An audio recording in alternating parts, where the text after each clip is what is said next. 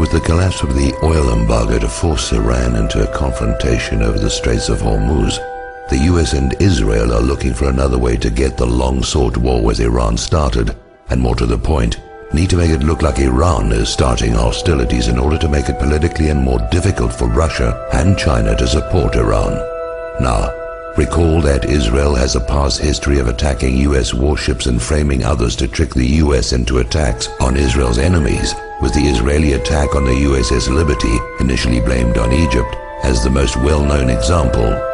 So here we have the USS Enterprise, the oldest carrier in the fleet, on her last legs, scheduled to be decommissioned next year. Her name is well known in part because of the Star Trek TV series. Decommissioning a nuclear aircraft carrier is a very expensive process. USS Enterprise is powered by 8 nuclear reactors, all of which must be disposed of as nuclear waste material along with all the associated machinery. The US Navy would save a great deal of money, more than the scrap worth of the steel, if USS Enterprise were to be sunk in the Persian Gulf, where the radioactive mess is someone else's problem to deal with. So why send an ancient warship at the end of a useful life into harm's way?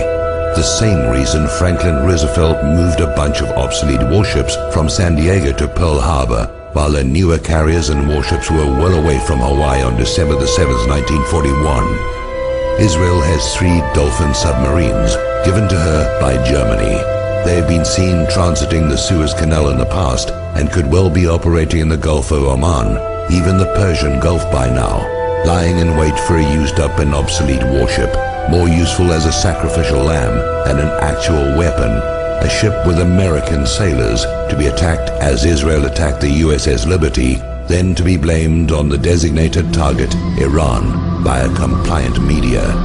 If you agree with this analysis, please post this video everywhere you see this carrier story. If we can make them doubt a false flag will be believed, maybe they'll call it off.